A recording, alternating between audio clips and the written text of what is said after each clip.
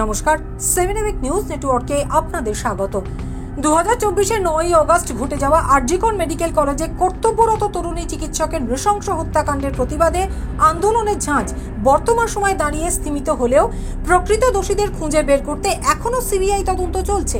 তারই মধ্যে এদিন খড়দহে এক পারিবারিক অনুষ্ঠানে এসে সাংবাদিকদের মুখোমুখি হয়ে সোদপুরের বাসিন্দা তিলোত্তমার ঘটনাকে মহাভারতের দ্রৌপদীর বস্ত্রহরণের সঙ্গে তুলনা করলেন তৃণমূল মুখপাত্র কুণাল ঘোষ। সমাজে কিছু বিচ্ছিন্ন খারাপ ঘটনা, নিন্দনীয় ঘটনা, পাশবিক ঘটনা কম হচ্ছে, কিন্তু দুর্ভাগ্যজনকভাবে হচ্ছে। তো এখন এটা যদি আপনি বলেন তাহলে তো সে মহাভারতে দ্রৌপদীর বস্ত্রহরণ থেকে চলে আসছে। তো এখন বাম জমানায় হয়নি, বিজেপি জমানায় হচ্ছে না, বাংলায় আগের থেকে কমেছে। এ প্রসঙ্গে তিনি আরো জানান, ধনঞ্জয়ের ফাঁসি হলেও সমাজ থেকে ধর্ষণ চলে যায়নি। সামাজিক অপরাধের সঙ্গে রাজনীতির কোনো সম্পর্ক নেই।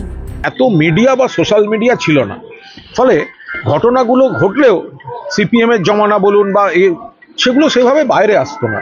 এখন এই বিচ্ছিন্ন সামাজিক অপরাধগুলোর সঙ্গে রাজনীতির কোনো সম্পর্ক নেই। বরং আপনারা যদি দেখেন, পশ্চিমবঙ্গে তদন্ত করে সেই দুষ্কৃতীদের ধরা এবং কনভিকশনে নিয়ে যাওয়া, শাস্তি আদায় করে আনা, তার রেট কিন্তু বেশি।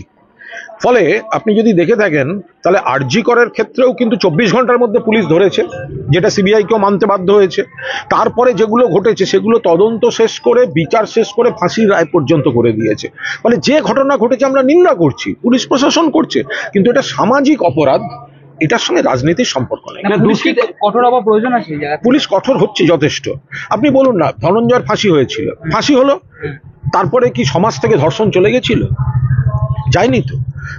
আপনি ফাঁসির রায় হচ্ছে, আপনি অন্য জায়গায় তো দেখুন, কিন্তু কিছু মানুষের মধ্যে যে পাশবিক একটা প্রবৃত্তি, বিকৃত প্রবৃত্তি জেগে উঠছে, সেগুলো সচেতনতার মাধ্যমে, কড়া শাস্তির মাধ্যমে কমানো হচ্ছে, কিন্তু তার সঙ্গে রাজনীতি বা প্রশাসনের কোনো সম্পর্ক নেই। প্রশাসন দায়িত্ব পালন। রাজাদের রিপোর্ট, 7 নিউজ নেটওয়ার্ক।